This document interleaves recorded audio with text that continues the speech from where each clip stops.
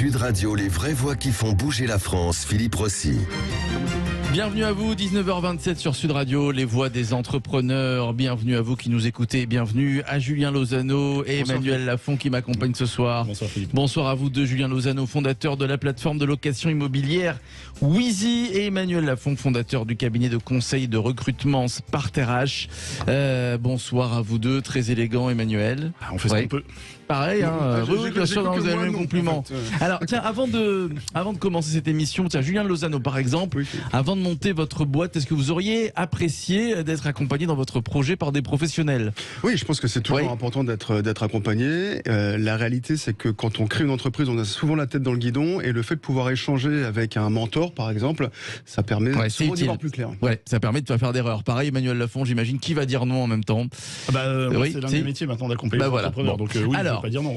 C'est vrai que l'accompagnement, c'est un de vos métiers. L'accompagnement, c'est ce que fait ce cabinet de conseil en stratégie d'entreprise qui s'appelle Indépendant mais pas seul, qui se propose de vous accompagner dans la création de votre projet entrepreneurial. Alors, il y a tout un programme personnalisé. Ça passe de la formation par le consulting, le coaching individuel. On sera dans quelques minutes maintenant avec Timothée Père, c'est le fondateur donc de cette agence, de ce cabinet de conseil indépendant mais pas seul, IMPS.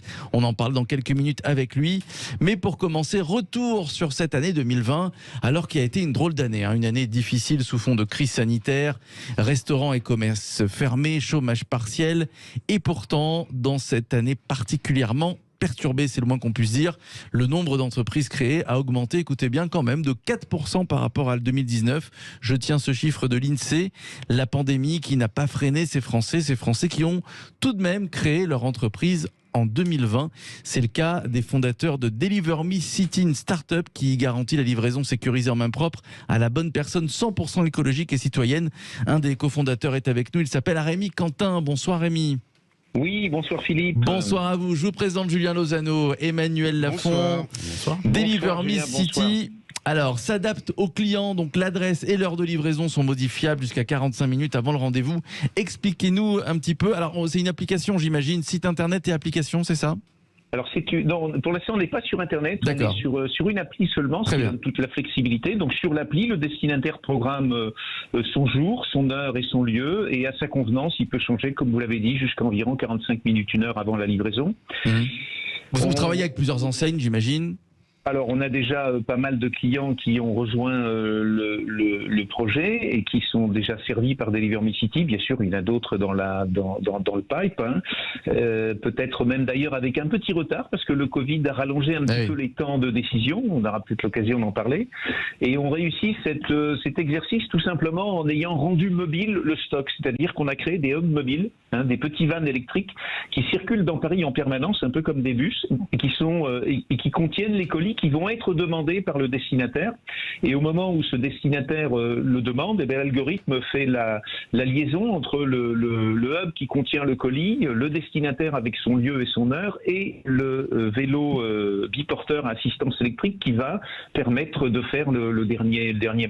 On est sur 1 km, 1,5 km. Donc on ne dépend plus du transporteur, et c'est pour ça qu'on peut modifier l'horaire de livraison, par exemple. C'est beaucoup plus flexible. Exactement. Ce qu'on a l'habitude de dire, c'est qu'aujourd'hui, le transport, c'est un flux poussé. C'est-à-dire que moi, transporteur, je pousse le colis vers le destinataire. Et dans le cas de Deliver Me City, c'est un flux tiré. C'est le destinataire qui va appeler le colis à lui. Et voilà, il y en a des Français qui ont des bonnes idées, Julien Lozano. Julien Lozano est perplexe. Non, il fait une tête qui dit je n'y aurais pas pensé. Ça, c'est clair que je n'y aurais pas pensé. J'essaie de comprendre, via un exemple très concret, de quel type de colis on peut avoir besoin quand on est une entreprise. Et en quoi le fait de se le faire livrer de cette manière-là, c'est un plus par rapport à la logistique traditionnelle? Alors, c'est destiné au consommateur final. Après, l'entreprise peut aussi en bénéficier. Donc aujourd'hui, nous avons aussi une clientèle qu'on n'avait pas forcément prévue dès le départ, qui sont ce qu'on appelle le ship from store. C'est-à-dire qu'on a aujourd'hui un certain nombre de start-up nouvelles. Je peux citer les Lessives de Paris, je peux citer Omi, et qui sont installés dans Paris ou dans la région parisienne, très proche banlieue, et qui font livrer leurs colis de cette façon. C'est-à-dire que nous, on les récupère une fois ou deux œufs par jour, on les intègre dans le hub mobile et le destinataire va décider de se les faire livrer ce soir ou demain matin ou après-demain à l'heure et lieu qu'il veut, échanger, parce que c'est arrivé encore ce matin, une dame qui l'avait prévu chez lui, puis finalement elle a eu un rendez-vous chez le coiffeur et elle s'est fait livrer son petit colis chez le coiffeur parce qu'après elle voulait partir. Donc on a cette souplesse. L'avantage, c'est que on n'a pas besoin d'être présent. Alors évidemment, il ne s'agit pas de se faire livrer un réfrigérateur, parce que faudrait le porter sur son dos après. Oui. Donc on est sur du petit colis, mais c'est quand même la grande majorité des 300 000 colis qui rentrent dans Paris tous les jours. C'est du petit colis. Ouais. Alors avant, il y a quelques années, le petit plus c'était de se faire livrer. Maintenant, et c'est terrible, Emmanuel Lafont, le petit plus c'est de se faire livrer au plus vite. Ah, mais ça c'est juste génial. En fait, il nous a dématérialisé l'entrepôt. C'est ça. Il nous a réparti en dynamique sur Paris. Exactement. C'est une super idée. Ça a été compliqué ça à faire? Alors, les vannes qui circulent dans la ville Alors, le van en lui-même, non, mais le chauffeur et la logistique. Et l'algo lui donne son itinéraire. Ce qui a été compliqué, et là, c'est deux des cofondateurs qui sont très très smart là-dessus, l'un en particulier, Vincent, qui a créé tous ces process et qui les a mis en œuvre et qui les pilote encore aujourd'hui, parce que on a fait un POC en 2020, en plein Covid, de à peu près 5-6 mois, mais aujourd'hui, on est en production réelle et la difficulté, elle est peut-être pas grande sur le papier, mais pour que ça fonctionne, il faut que l'outil soit vraiment optimisé au mieux. Et c'est le travail qu'on produit aujourd'hui. Alors, vos livreurs sont en CDI et surtout, alors on parlait de cette pandémie, cette crise sanitaire qui nous est tombée sur le nez il y a 1 an et demi maintenant.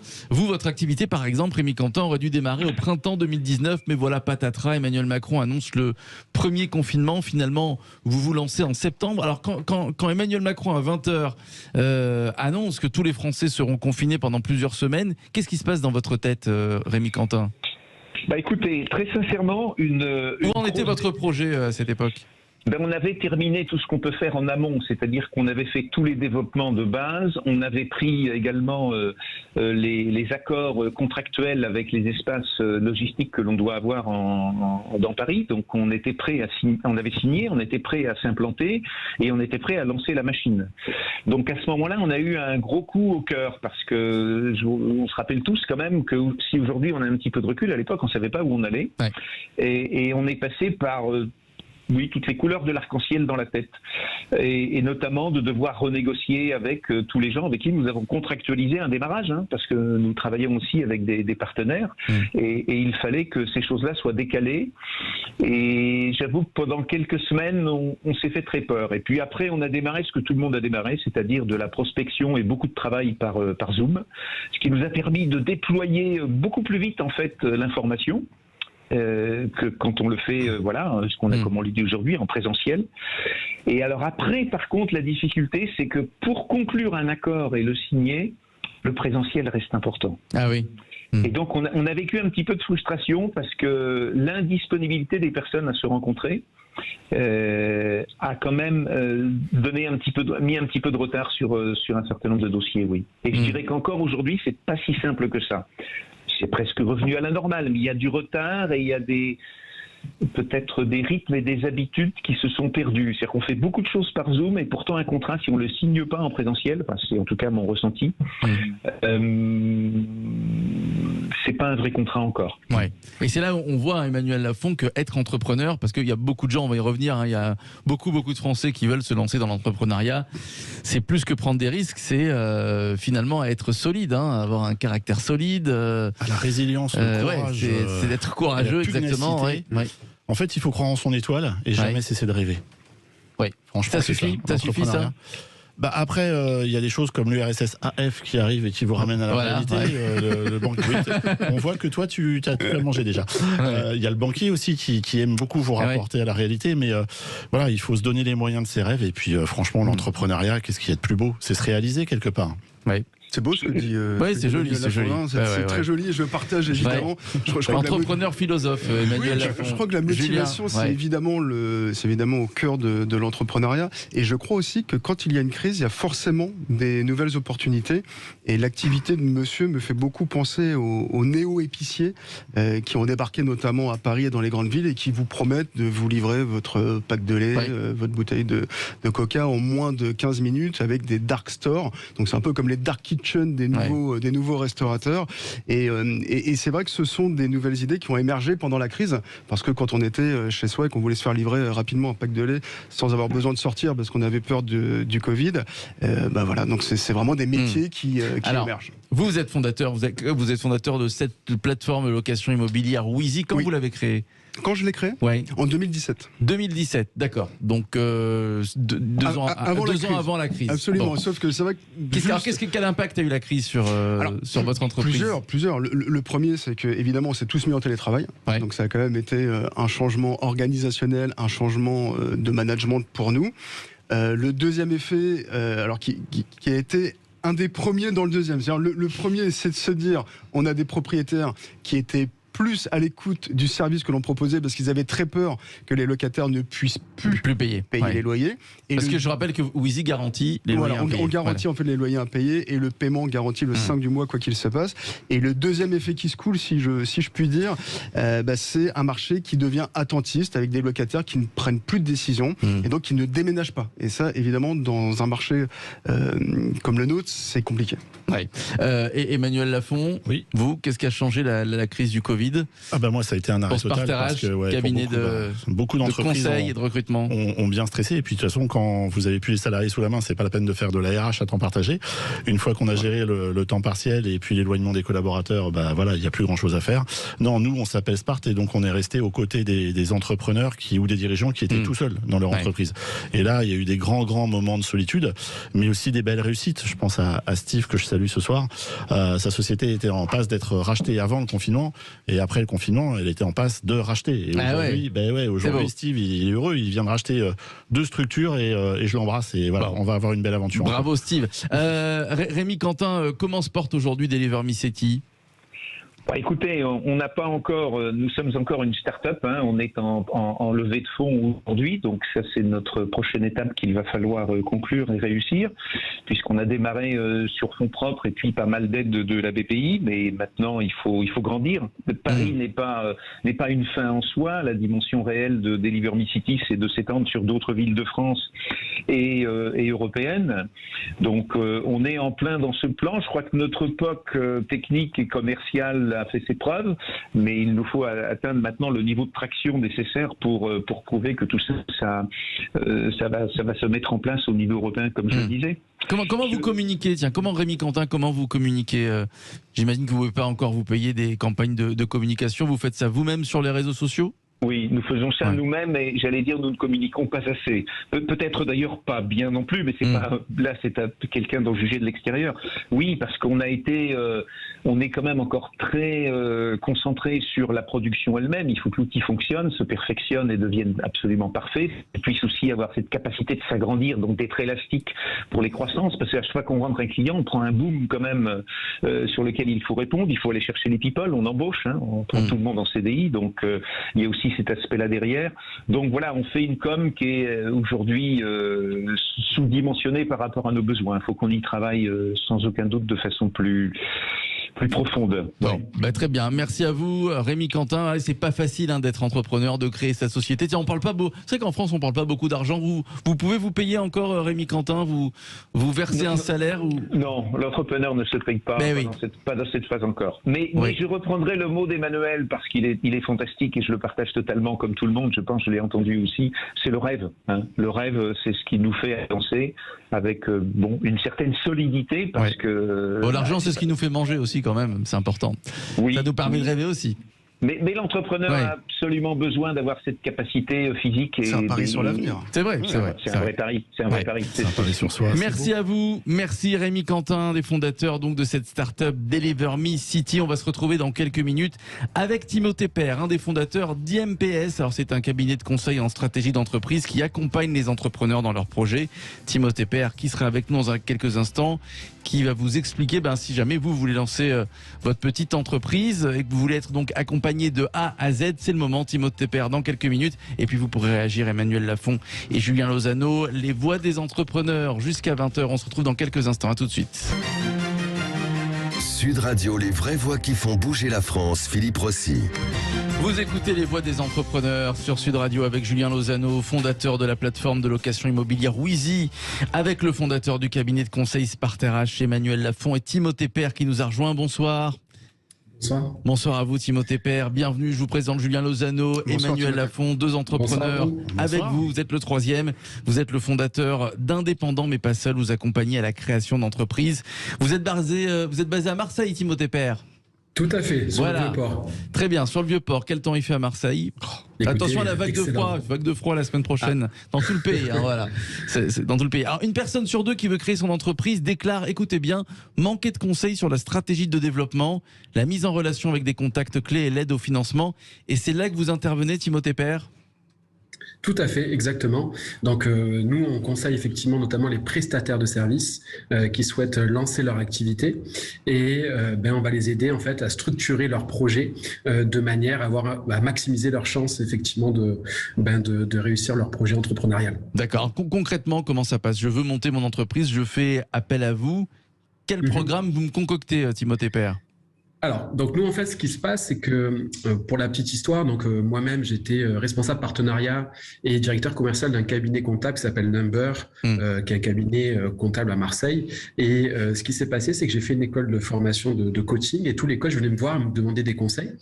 Et dans le cabinet comptable où j'étais, je constatais qu'il y avait énormément de personnes qui se lançaient et beaucoup, hélas, qui échouaient. Et notamment, pourquoi j'ai appelé l'organisme Indépendant mais pas seul, c'est que je sentais que les personnes étaient vraiment isolés. Du coup, j'ai créé vraiment une expérience qui est basée sur 4 piliers qui sont pour moi fondamentaux. Le premier pilier, ce sont un petit peu de formation e-learning pour monter en compétences.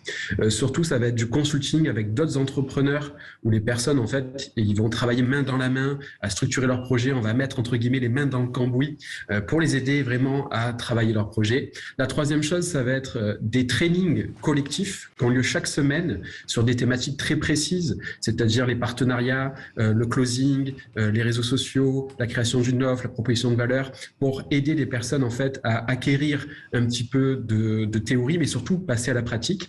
Et le quatrième levier, et qui est extrêmement important pour moi, c'est le coaching en développement personnel, puisque je suis coach aujourd'hui professionnel. Et en fait, ce qui se passe, c'est que 100% des gens qui passent par moi, aujourd'hui, ont des problèmes de procrastination, de peur du rejet, de peur du risque, de problèmes de légitimité. Et si on ne déconstruit pas un peu ces croyances limitantes, pour les reposer symboliquement, des fois, c'est difficile de passer à l'action. Voilà, donc ça, c'est l'environnement, je dirais, indépendant mais pas seul. Et après, on a une méthodologie en 6 étapes pour les aider à avancer. Et tout ça, ça prend combien de temps? Alors, notre programme qui s'appelle Business Start 360 dure 3 mois. Ouais. C'est 3 mois assez intensifs où on va les aider en fait à trouver leur marché niche, à créer leur offre haut de gamme, à développer un peu des partenariats, à savoir vendre et puis commencer à avoir une présence web. Et puis, on va avoir 3 mois de suivi également avec notamment un rendez-vous par mois à la suite pour être sûr qu'ils aillent dans la bonne direction et pour qu'ils aient toujours une réponse à leurs questions. Bon, alors on va faire réagir nos vrais voix. Tiens, Julien Lozano juste après Emmanuel Lafont. Qu'est-ce que vous souvenez-vous de la première fois que vous avez eu envie d'entreprendre et que vous êtes passé à l'action? Oui, vous vous en souvenez? Ça a été un échec?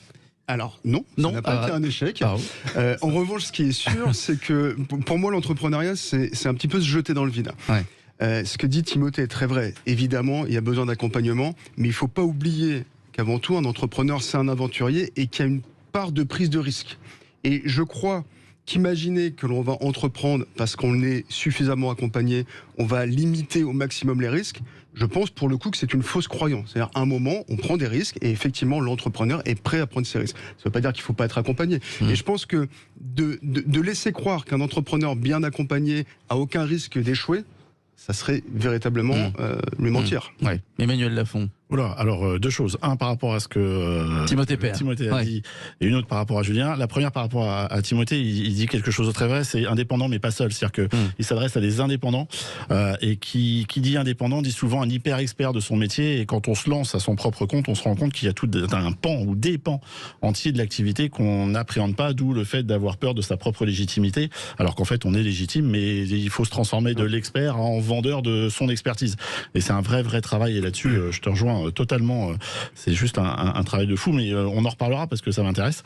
Et puis 2, c'est vrai que le risque est pas, on peut pas faire abstraction du risque parce qu'il y a ce qu'on appelle le go-to-market, c'est quand est-ce que tu vas te frotter au marché et là tu vas découvrir la réalité du marché, c'est-à-dire ça se vend ou ça se vend pas. Et puis après, est-ce que tu es capable toi-même de gérer ton activité?